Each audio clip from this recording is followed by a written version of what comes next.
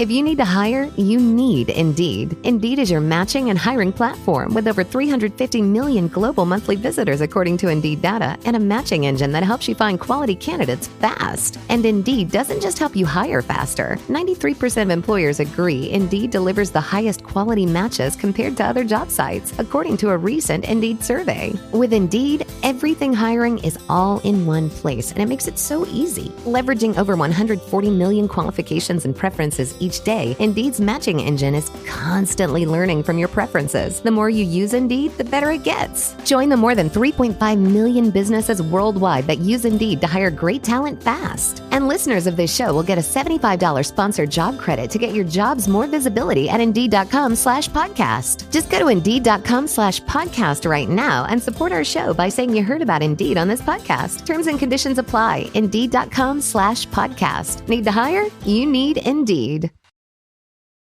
Hello, everyone in podcast listening land. I'm Karen Devaney. And I'm Ann Varner. And we're sisters. Welcome to Sugar-Coated Murder, where we'll discuss and probably inappropriately laugh about and comment on. Yep, one of our favorite subjects. Murder.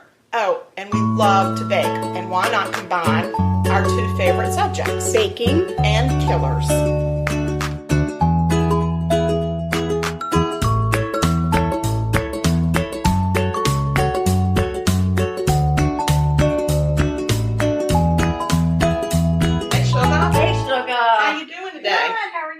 I'm good. We're back in my kitchen. Yes, we are. Social distancing. Distancing. And we have a guest with us today. We do, a sit-in. And we've got a sit-upon. Yes, and it's my daughter, and her name is Sarah, but you might hear me say Peanut by mistake because that's what I call her. Introduce yourself. Hi, everyone. My name is Sarah, and I am so excited to be joining and seeing the behind the scenes and be a part of this really cool podcast. She paid for a behind-the-scenes tour, and that's what she's getting. No discount, though. And, well, you get what you pay for. Just remember that. All right, so I'm in your kitchen. So I don't frequent your kitchen for cooking. So Me neither.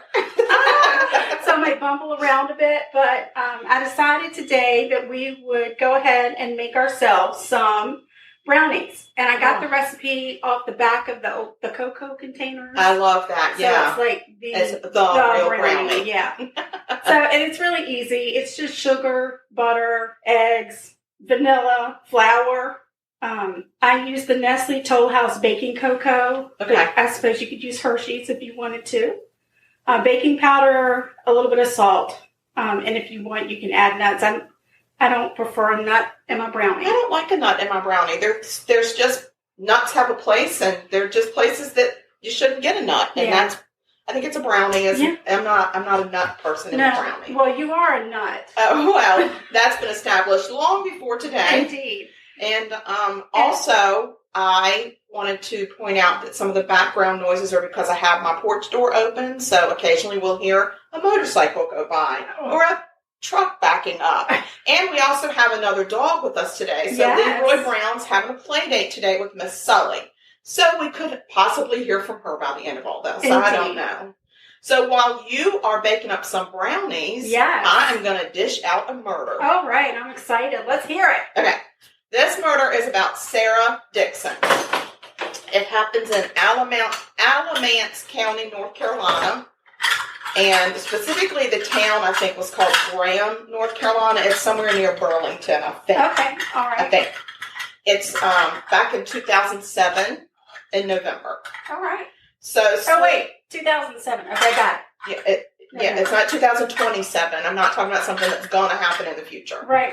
Yeah. Right. I didn't know, because, these are really crazy times with the virus and everything, and it could be time travel that you've discovered, and I just don't know. Well, I think I have discovered it, but I'm not willing to talk about it yet. Oh, okay. All right. So let's hear it. Murder. Right. Sarah Dixon. She is 68 years old. She's very sweet. She's beloved by her neighbors and her kin. She is married to a man named Cardwell Dixon. All right. They've been married about 20 years, and Cardwell had a stroke in 2004. Oh, that's and hard. Now it had gotten to the point that he needed 24-hour care. so she was having to put him in an around-the-clock facility.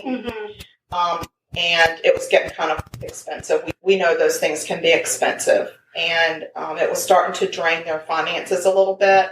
So she actually had a third-party curator that was helping her sell off some assets that would help go towards his care. Oh, all right. Yeah. Well, that's nice. Yeah, you got to make some hard choices. I get it. Take care of your people. So Cardwell had 2 biological sons, and one was Dennis, and the other one was Alan.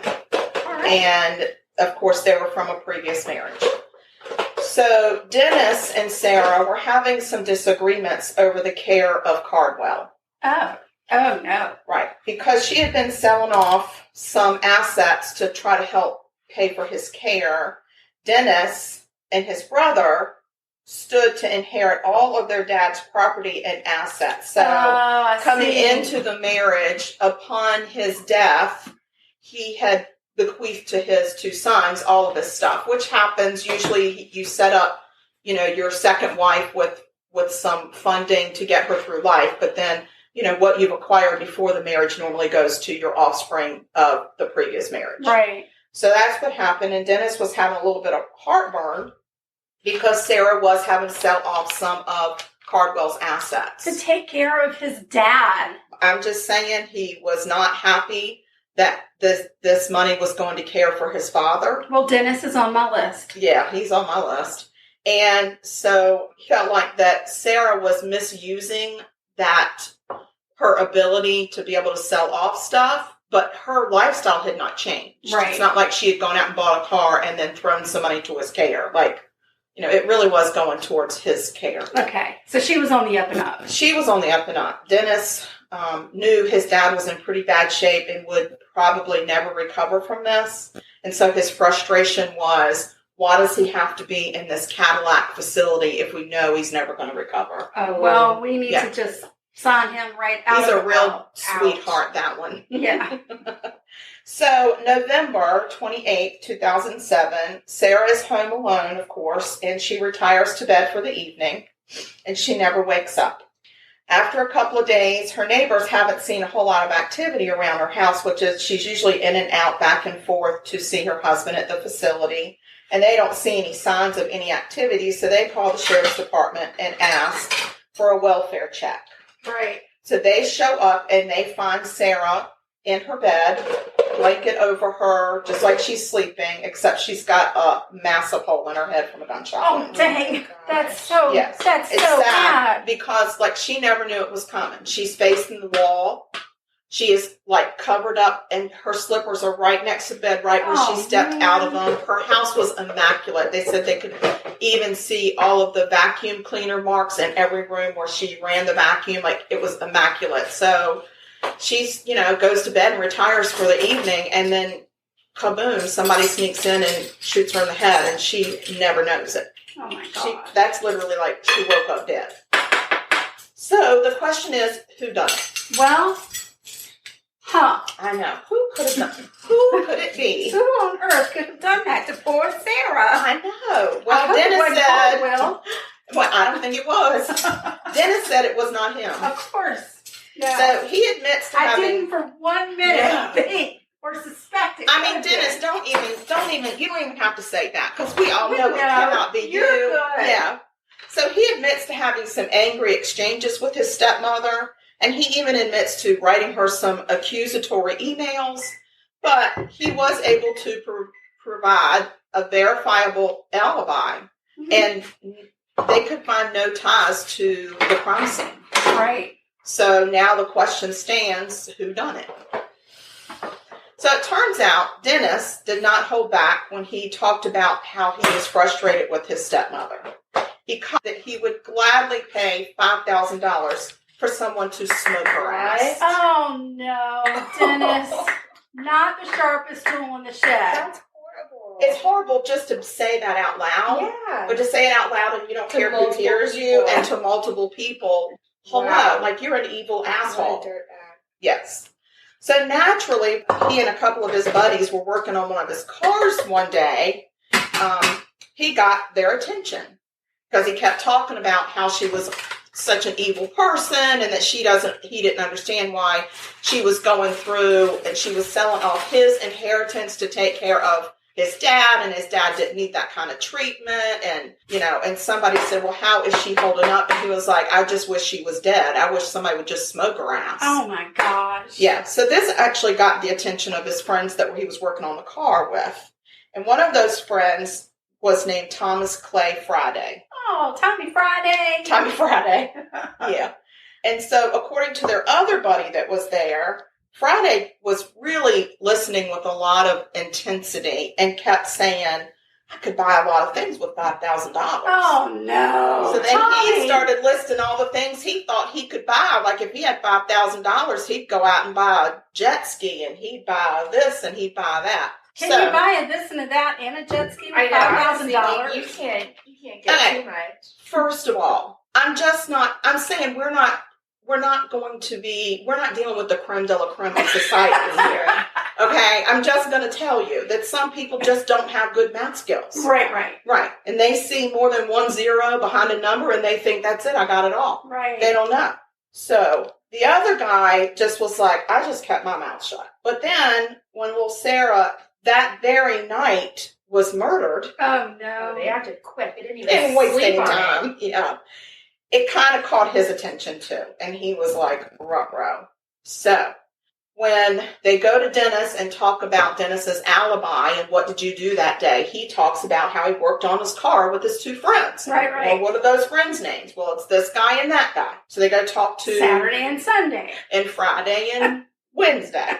So they go and talk to the other buddy, not the Friday buddy. And he says, yep, I worked on the car with them, and, there was some discussion between them. And I will tell you that Friday was talking about some things that he thought he could buy with $5,000.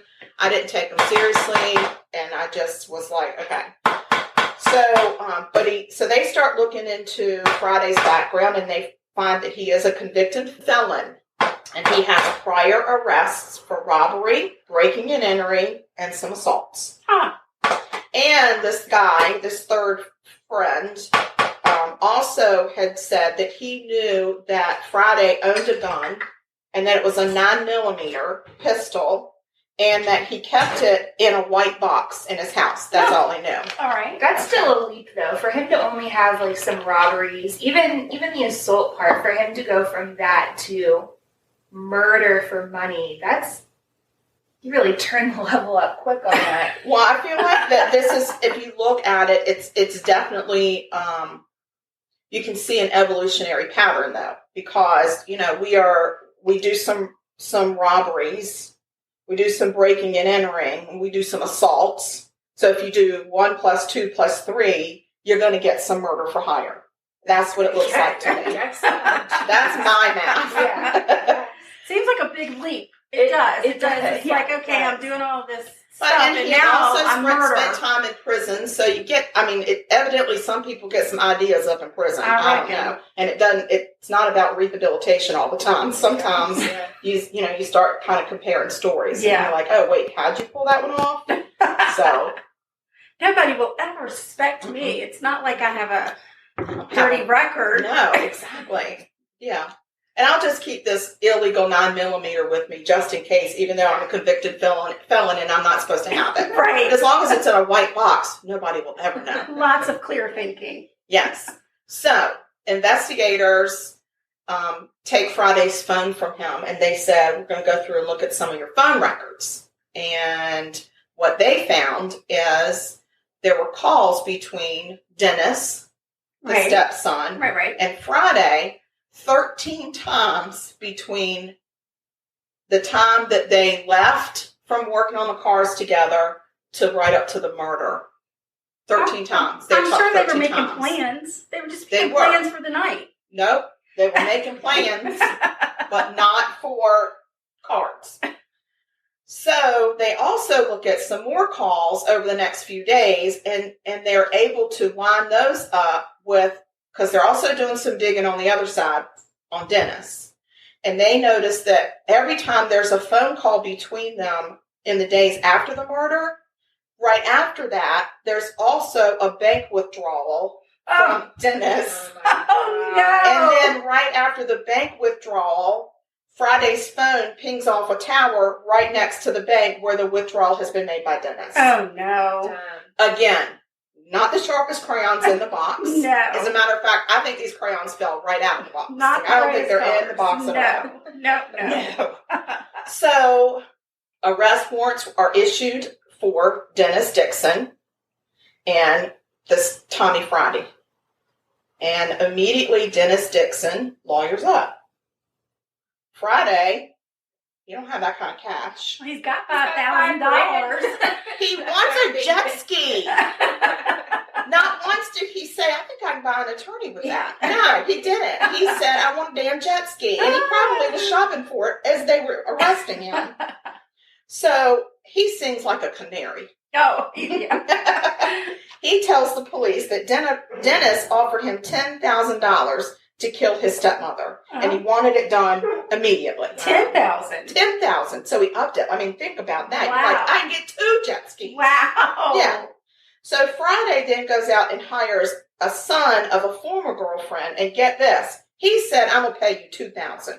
Oh. Look at Dirty him.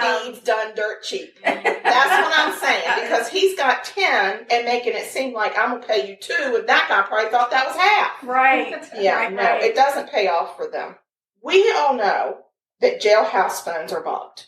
Yes. Friday didn't get that memo. Right, I right. didn't know either. Oh, well, you do. So if you're ever in jail, You should know. don't have any kind of conversations that you don't want printed in the newspaper. All right, got They it. take away Okay. all your privacy when You you go don't to get jail. All of don't. it. You have to pee in front of people, dress in front of people, and you talk on the phone and they listen. And they read your college. letters. They read your letters. Oh, Yeah. So don't even write it in a letter. Okay. got it. Okay. So Friday doesn't get the memo. So he calls up another buddy of his. I mean, he's a very popular man. He's got a few friends, Yeah, which yeah. You got to be impressed with that. And he says to the guy, "Listen, I need for you to break into my house and find a white box and just get rid of the box. Just get rid of it. Don't worry Don't about look what's in the in it. box. Oh, so he still had the gun. Oh yeah, Oh my god. Not that I'm rooting for him, of course, but it's hard to hear these dumb don't mistakes. yes." Especially they had 13 phone calls that day. At Like, one what point, did they discuss if they what kind of jet ski are you gonna get? I know, they didn't talk about anything that they should have No, talked there was about. no follow up, and that's the thing that when you got to understand when you start a project, you have to plan for the end of the Of project course. and how are you going to wrap it up. But they just kind of left it Yeah. open. So, yeah, not too bright little Friday. So anyway, I mean, the guy agrees, and he goes and gets the white box, and he throws it in the lake. But then the police go get him and said, "We heard your conversation with Friday. What'd you do?" And he was like, "I went and got a white box and threw it in the lake." And they were like, "Oh, really?" And he said, "I'll take you to it. Oh. I'll take you to it." Well, at least he left it in the box. Yeah. That was So, nice. 2 days later, police were able to recover the weapon in the box. All right. Yes. So The dude said, don't open the box. I didn't open the box. I didn't open the box. I'm just doing what the friend told me to do. Which, that's a loyal friend. Very loyal. Because And I good know for if him. I called some of my friends, well, some of them, I think if I called and said, I need you to get a box and get rid of it, don't open the box, they would do it. But I know I have a lot of people that would be like, oh, hell no. And some people are like, oh, yeah, I'll go get your box and take it to the police. Oh, no. See, I would go get your box. I would open it, but I'd be like, "Sugar, I never opened it." But I would have to see what was in Oh, it. yeah, Oh, me yeah. too. Yeah. Yeah, What's in yeah, the yeah. box? What's in that box? And sometimes, like in the movie Seven, you shouldn't open the Don't box. That's what I open the was box. thinking. Don't look in Yeah. the box. What's in the box? What's in that box? And then you're sorry that you know. Yeah. Right. So right. this guy, I mean, he did good. He was like, "I just threw the box in the lake. I don't know what was in it. Here it was." But then, also a good guy, as soon as the cops come knocking, he's like, "This is what I did, and this is where I did it." Right. Yeah. So I'm a friend, but only up until a certain Yeah. point. Right. And then Loyal, I'm saying, but not that loyal. Yeah. And he didn't even get paid. Like, that guy didn't even offer to pay Yeah. him to go get the box. Right. Right. The accomplice also fesses up Oh, right. and says, "Yeah, he asked me to go with him, and I went with him." Leroy, what's the matter? What's the matter? He's upset about how dumb these criminals are. I am too.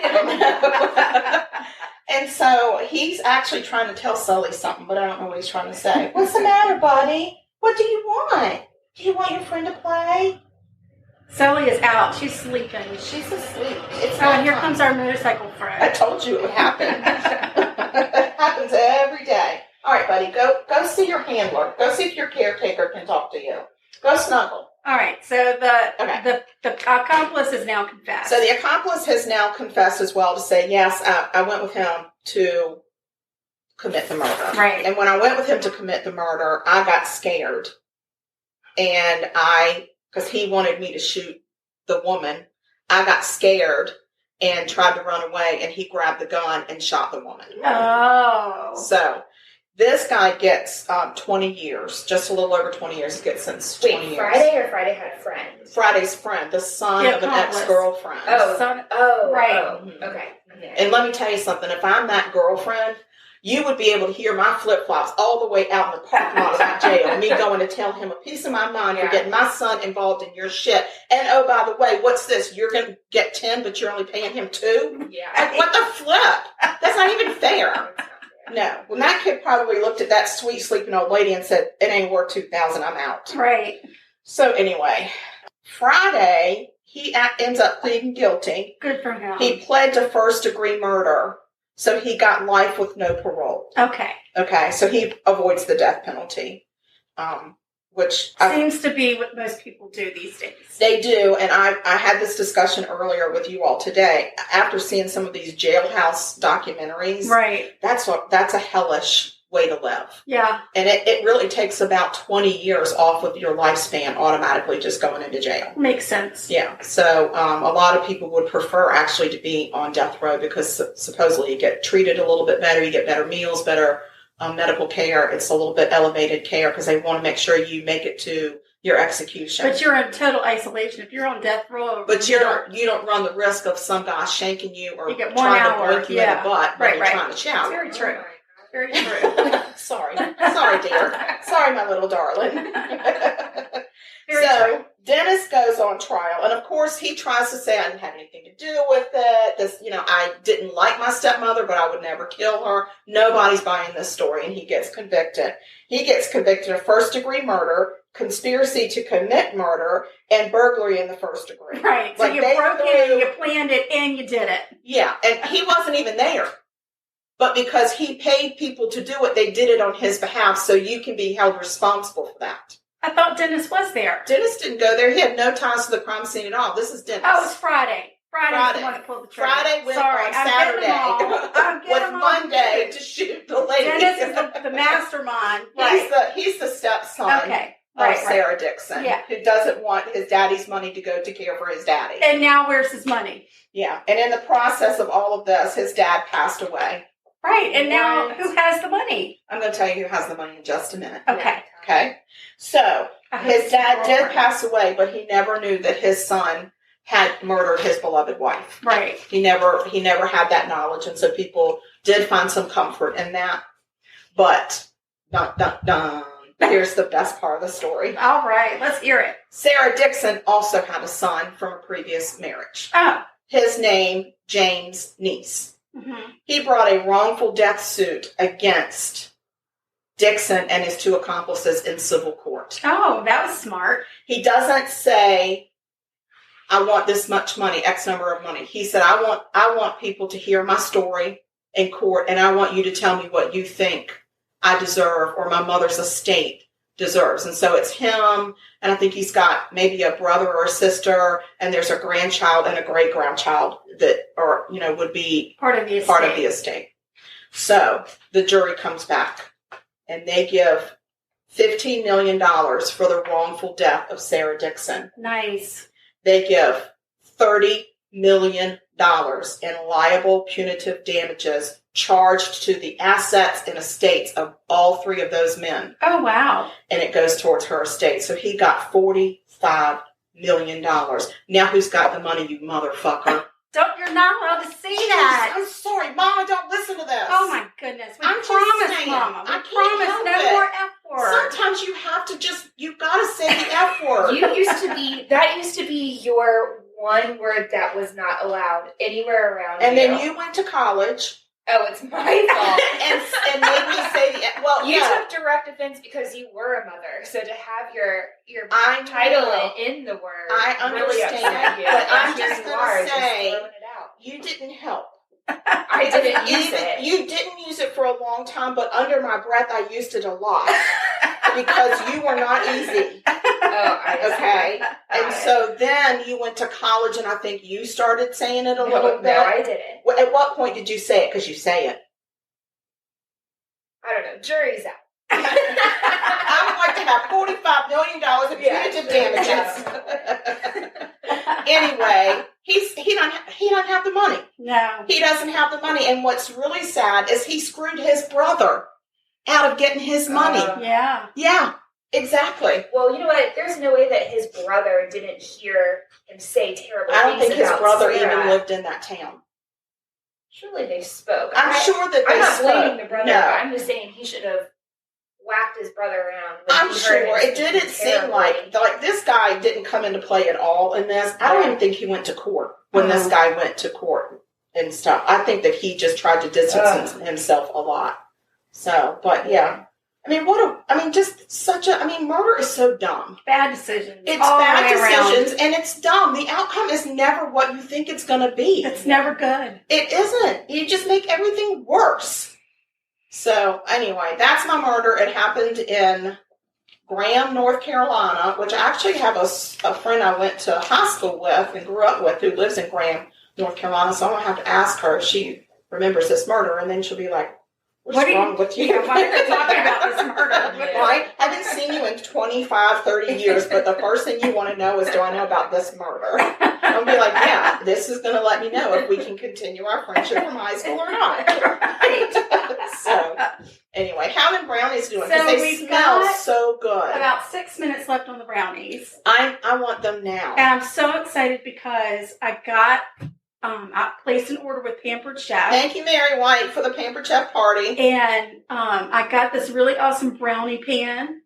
And it makes 12 perfectly square brownies. I love Perfect. that. They're all the same size. It's just perfect. So nobody has to argue over who's getting a bigger That's brownie. not good for me because I am such a cheater. I always offer to go cut the brownies. I know. Right. And I always get one and a half. There's no cutting the brownies now. It's you turn them all out and they're all there. Cheaters honest. exposed. That's Yeah. right. Shoot. And I like the center of the brownie. I don't like the crispy outsides. Yeah. So there's no real crispy outside. And that's of this the only brownie thing either. that I'm disappointed in because that's my You favorite like it. part. Yeah. You'll have to make yourself some old school brownies on the cake. Because when I do that and I cut brownies for my family, nobody but me likes the edges. So I cut the edges and then give them the center, and then I just eat around the edge of the pan. Oh my God, that's so So it's funny. my fave. It's my fave. So, all right, then while I'm waiting for these to finish up, why don't I talk about my murder? Okay, that's fine. Let's take a break real quick. Take a break. Please and then hold. We won't murder, but we'll talk. We will not murder while we're on break. Well, I can't make any promises. Hold on.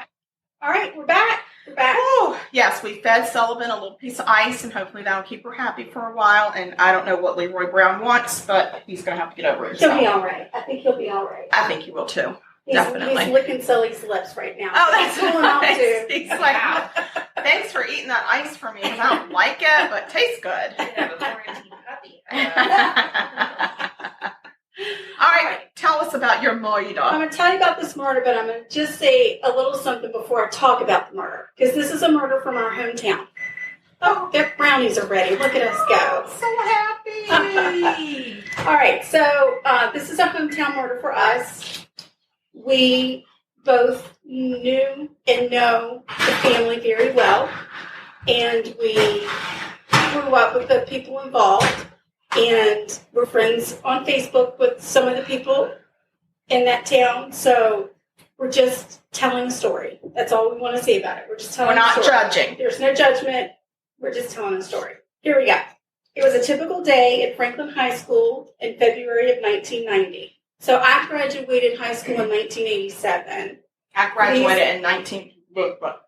So these kids are a little younger than me. They are seniors in high school. Right, so if it's 1990, my little Sarah has just been born. I was born. Oh, way to go, girl. But typical day, Franklin High School, February 1990. But for one student, it would be the day of his life that would be forever changed. It's the middle of government class, and Wes Green has made a comment to Trent Whitley about paying him a fee for protection, as Whitley was rumored to be a small-town drug dealer. So Trent very loudly and in front of the other students tells Wes that he didn't need his protection on any drug deals. And this embarrassed Wes. So Wes hung out with popular kids, and Trent did not. Wes was more with the preppy crowd, eventually voted most spirited in his class. And Trent was more hunting, fishing, that type of person. Like the outdoors guy, not necessarily the jock person. But right. Like but for Wes, having someone outside of his circle of friends call him out was the ultimate insult. He just... high schoolers and their feelings. Right. So very sensitive. Wes let his embarrassment fester and grow, and the embarrassment quickly turned to anger. Wes confided in his best friend, Mike Jervey, and the two hatched a plan to teach Trent and anyone else who might think to call him out whether or not they would embarrass Wes again. So on Friday, February the 23rd of 1990, Trent's hanging out his house, just typical Friday, gets home from school. He hops in his car and he heads out. And he goes to his friend Mark's house. And they hang out for a while. They talk about a bunch of parties that are happening. And Trent's like, yeah, I'm going to go check out some of them. And then he decides he's going to head out. But he leaves Mark's house alone. Trent never showed up to any parties. And he never showed up at home. The next day, his car was found across the street from his house at the town park with the keys still in the ignition. Now, when you think about a park, I know we all kind of think about a park, and there's probably a pond and some walking paths, maybe some walking paths, and right? Playground equipment. Right. That's not this park. This park is literally a piece of square land. I think it might have been 1 square acre, honestly. And it was at the end of 2 roads where one road merged into the other road. On one end of the park was a big statue of, I don't remember what. It was a soldier. I fell off that statue when I was little and knocked myself out, gave myself a concussion. I also fell off that statue, but I don't think I knocked myself out. On the other side of the park was a big water fountain. Yes. And a Christmas tree. Yes, because we used to go to the Christmas tree lighting every year, and I got my picture taken in the newspaper of me and a bunch of friends when we were little playing in that fountain. Yes, yeah. I was quite the newspaper star back in my very, very young days. Right, well. Before anybody knew what kind of personality I had. Yes. So, and then I think maybe there were a few benches on the outside perimeter. Like cement benches. Right. Mm-hmm. You didn't often see a lot of people in that park. No. And if I don't think you could fit that many people in that park. And if you wanted to go to the park, you had to, if you drove, you had to parallel park. Because there was not a parking lot. No. This was a, ride your bike. That's and what we sit did. on the ground type of situation. Yeah. Yeah. Wasn't a great. There were bees in that park because when you were a toddler, you stepped on a yellow jacket and got stung on the bottom of your little bare foot. I did. I really did. And I was like, way to get all the attention. All right. So the Whitley's house faced that park. I remember it well because they lived next door to a family that I babysat for. So for 2.5 years, the police followed dead ends. They interviewed Trent's classmates, his friends, his teachers, and it was like he just vanished. There were all kinds of rumors that circulated saying that he had been involved in a drug deal gone wrong or that he was on the run from somebody. But for 2.5 years, nobody had I anything remember to say. hearing a rumor that he had gone to Virginia Beach to make some big drug deal and pissed off some big drug dealer, and that nobody had ever seen him. And I think the FBI might have gotten involved at some point. They were looking for him. There were posters all over town for a missing person. 2.5 years. 2.5 years. Poor family, not knowing. That must be the absolute worst. Having just no being idea. In purgatory, not knowing. No closure, no. What do you do? Is he going to just walk in one day? Is he somewhere sick and we can't get to him? Right. Worst case. It's horrible. I agree. And nobody in town, but I mean, some of the rumors were circulating, but nothing. Nothing panned out. I can't remember. My brain is a little fuzzy because you'll have to excuse me. When I was in my 20s, I was drinking an awful lot. I drank a bit. So, the days and the weeks and the That's years. so funny because when I was in my teens, I drank a lot. Were a little fuzzy for me. But I think it was probably 1991. It may have been 92. I can remember my daddy called me, and he told our dad. Oh, your dad called? I wonder if he said hi to my dad. And he told me that Mr. Jervy, a family friend, had passed away. So the Jervys, they were always at the Christmas parties that we went to. Absolutely. But other than that, we didn't have a lot of dealings as a family with the Jervys, but Dad. I think Mom and Dad, as a couple, ran in the social circles, but they had all boys, if I'm not mistaken. Right. And so I don't think you and I would have. I mean, I knew them because they were our age, and I think I went to kindergarten maybe with one of them. I think the older one, Matt, was my age. So yeah. And I can't remember what the dad's name was. I want to say his name Packy. Packy Derby is what they called him. Okay. But I don't think that was his name. I remember that the mom's name was Ann. Yes. And without an E. I remember. Yes. So, how you remembered that. I don't know how that happened. So again, my brain's kind of fuzzy on the timeline. But I know that within a year after Mr. Jervy passed, I went home to visit Dad, and he told me this completely crazy story. And this would have been in 1992. They finally had figured out what happened to Trent Whitley. So now our families, again, hung out with the Jervys, but we also were familiar with the Whitleys. And I don't know that you necessarily were around the Whitleys, but Trent had an older brother, Scott. I knew Scott Whitley. My age. Yeah, I knew Scott Whitley. And we had been at church camp together. Yeah. And then they came into the drugstore, and we knew them that way. I mean, and we lived in a little mud puddle of a town, we knew a lot of people. And I think back then the whole population of Franklin was 8,000, and that was all of it. That was including like the Union camp, and like that was when it was in its boom. Yeah. Because we had at that point, I really think we were down to one or two stoplights on Main Street. Right.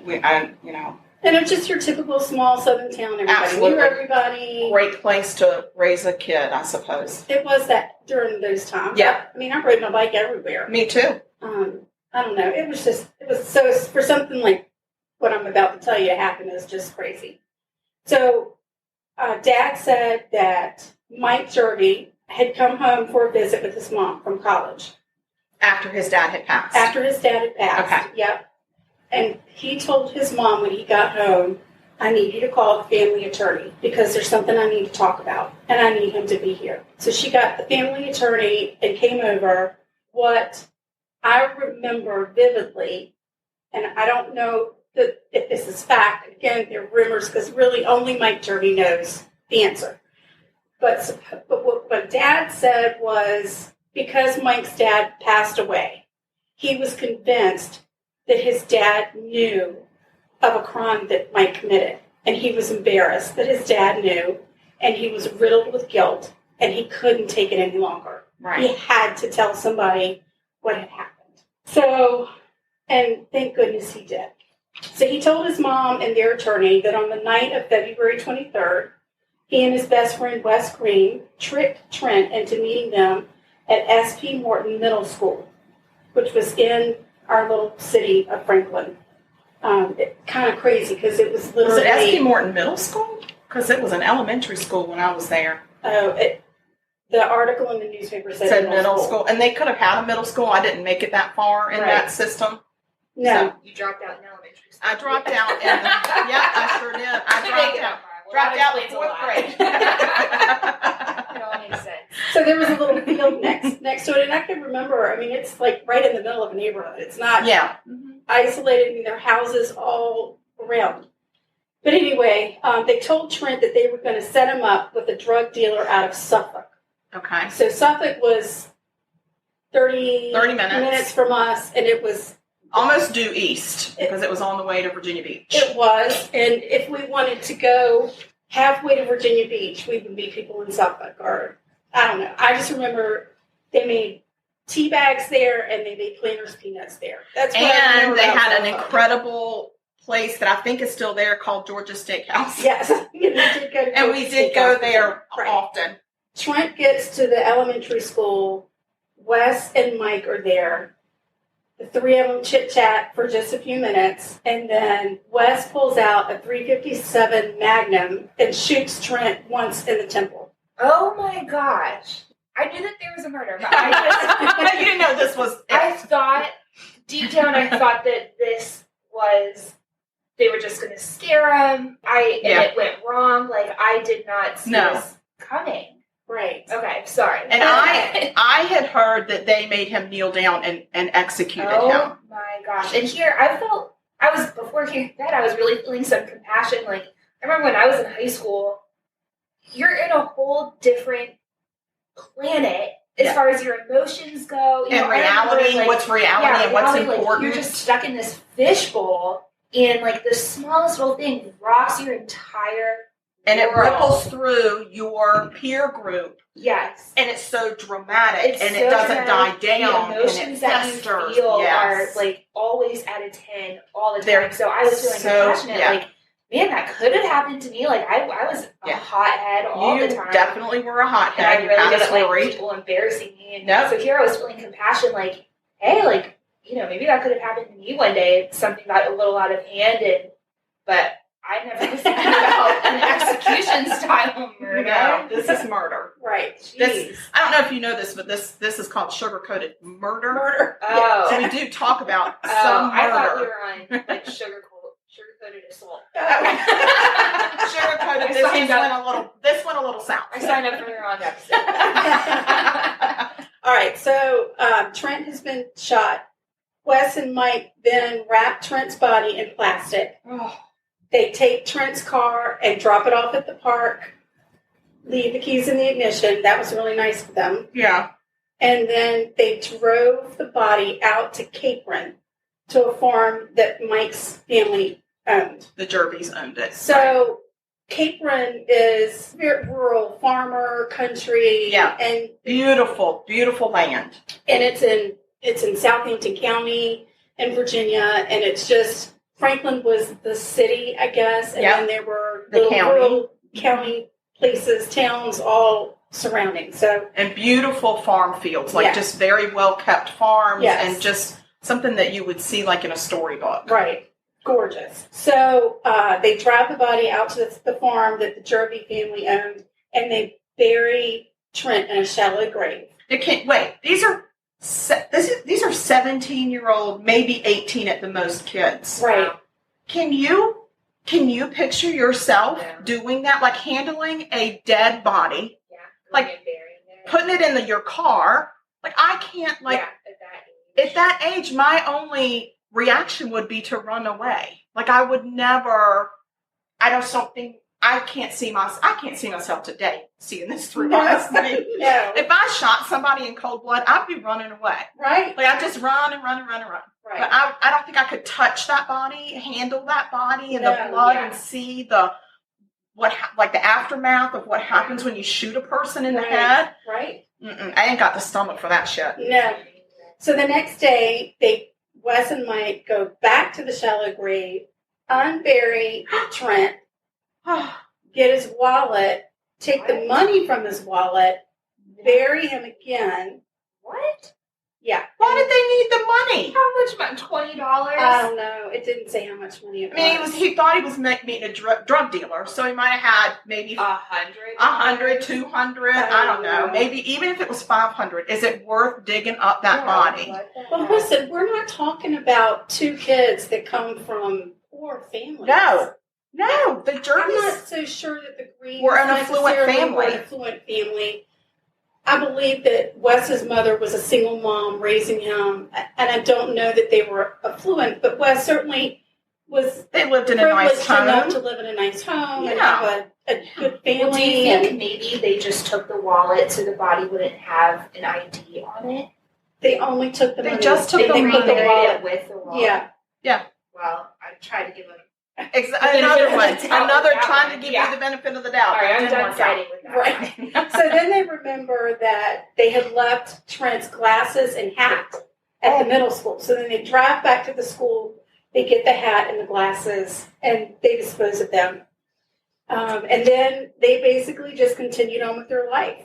Oh, my God. Wes graduated high school and attended the Virginia Military Institute, where he excelled. He was even supposed to be in the color guard, starting his third year at VMI, which is a prestigious honor bestowed only to 6 out of 300 or so cadets. Wow. So he really, really did well there. Wonder if he was a marksman. I mean, I'm just asking. Perhaps. Okay, seems like he was a natural. Right. Mike graduated and he went off to the University of Georgia in the fall of 1990. Then he withdrew for a year, and I'm guessing Probably that might have been when his dad died. Or got real sick. Right. And then he re-enrolled and went back in 92. To Georgia? Yeah. Okay. So, and now, just remember, Franklin is small. Less than 9,000 folks were living there at the time. You have to wonder to yourself, how does something like this happen and nobody else knows? Nobody else knows anything. And nobody's talking. So here comes the code of silence. At the trial, there was evidence submitted that confirmed many people close to Wes and Mike knew what happened to Trent. Are you serious? Friends and teachers. Teachers knew? But they were too scared to come forward. People knew that I'm Wes... just telling you, I have chills all over my body. People knew that Wes had stolen a gun from a local dentist when he was dating the dentist's daughter because he carried it with him everywhere he went. And he bragged about it. He even confided in fellow cadets that he had killed somebody, but he said it was in self-defense. And nobody, not one. Now, I'm just going to say, if I'm in person. college and I don't know this kid from anywhere, I'm going to probably think he's just shooting off his mouth. Yeah. But when I'm in high school and I knew the guy that went missing, and then I knew that my classmates had murdered this guy, I don't know how I would have just kept that quiet. Yeah. I don't know. Shame on everyone that knew. I don't care about any code of silence. I know I didn't No. grow up in a small town, but for adults to have known and not said anything is Despicable. just as despicable, in my opinion, as the actual crime itself.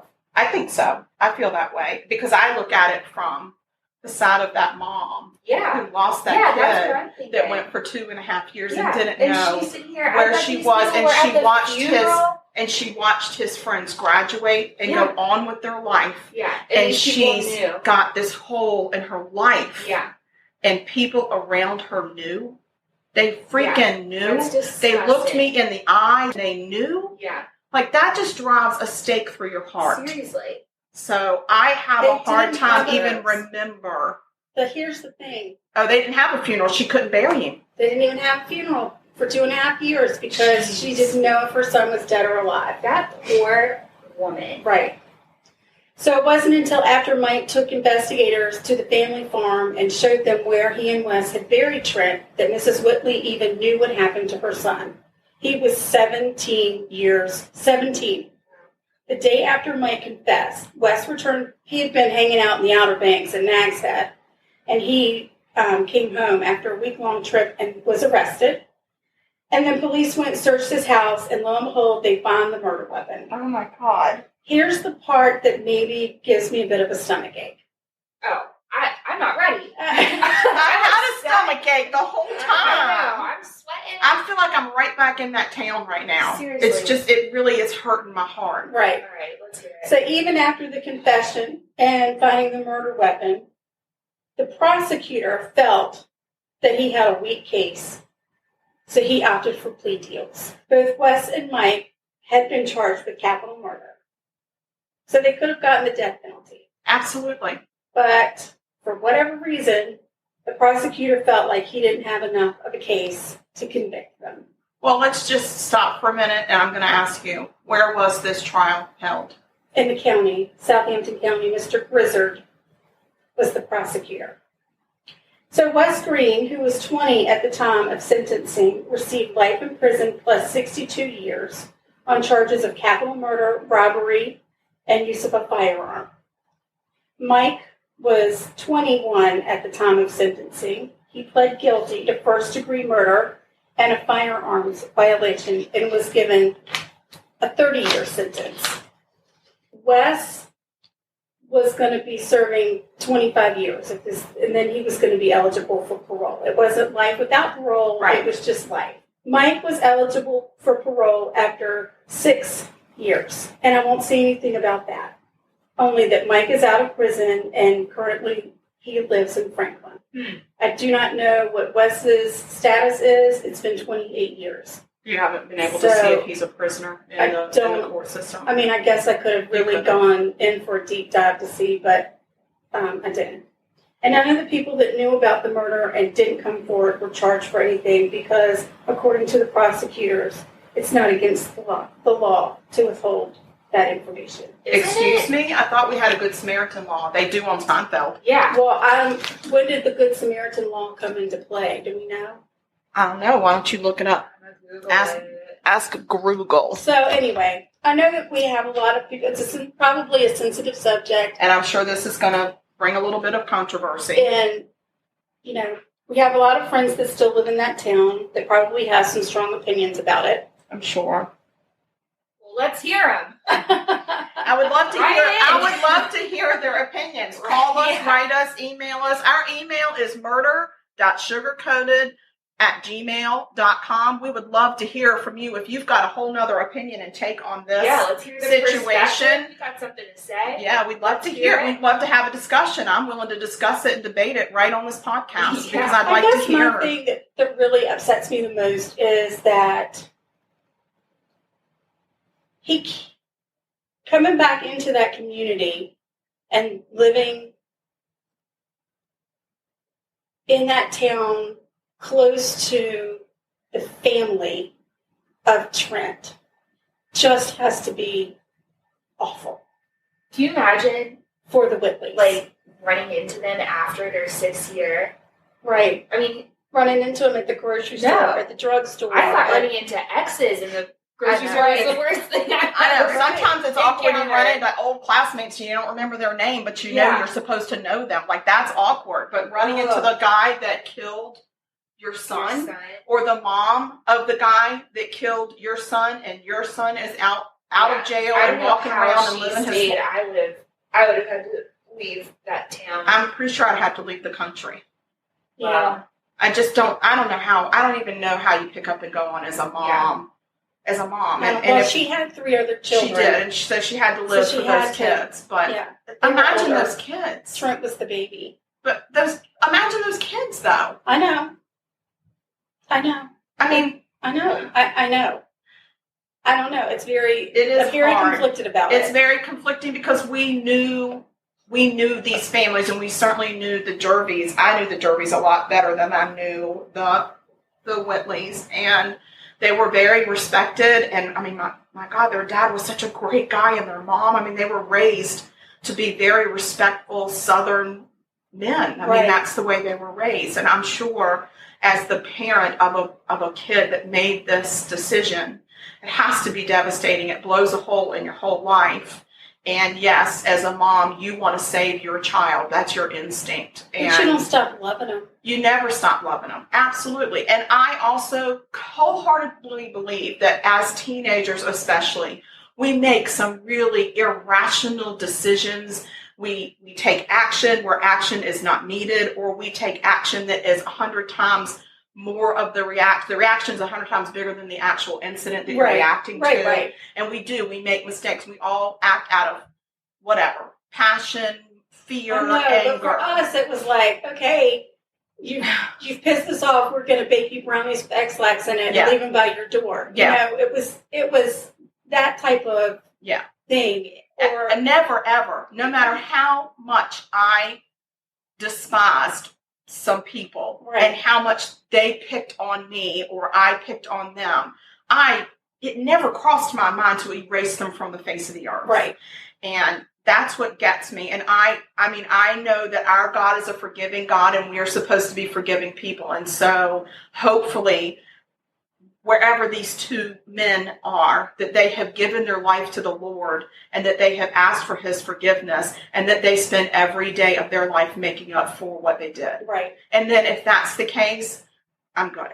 Right. You got to, at some point, you got to draw the line. Right, because when it comes down to it, it's not our place to judge. That's not our role. That's not what God intended from us. And according to the court, but they pay their dues. It's real hard not to be judgy. It is very really difficult, hard. especially when you know them and you know the way they were raised and you know the town that we came from. Right.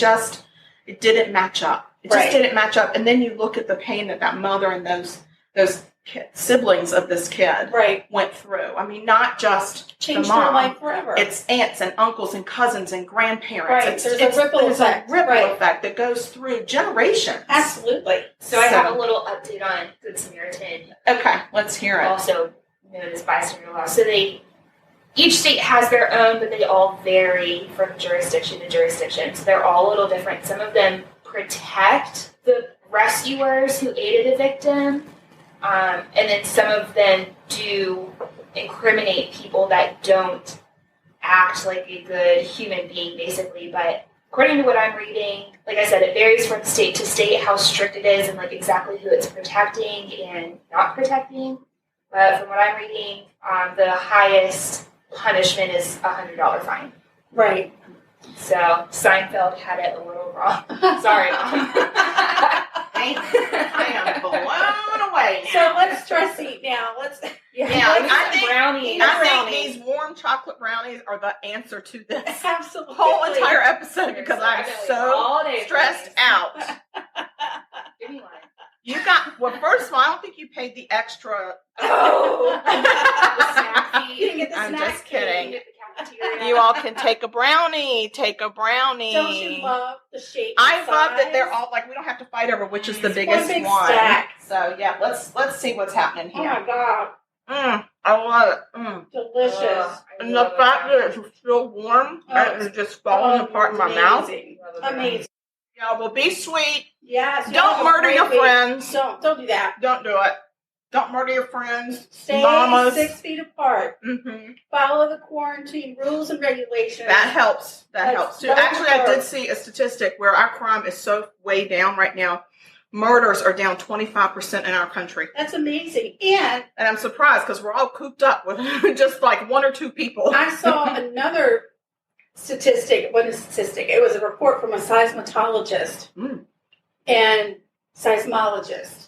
I don't like the way they're called. Anyway, I don't want them near me if they're like... The earth is vibrating less because people are staying at home. Oh, that's so awesome. Pollution's way down. Yeah, look at us. Our carbon footprint is down. Absolutely. I love it.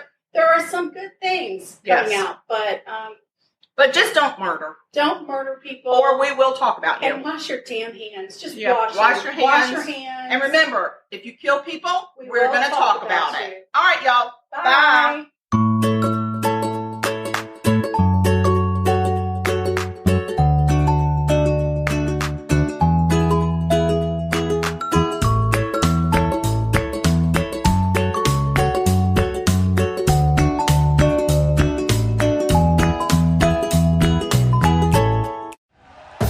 Thank you for listening to Believe.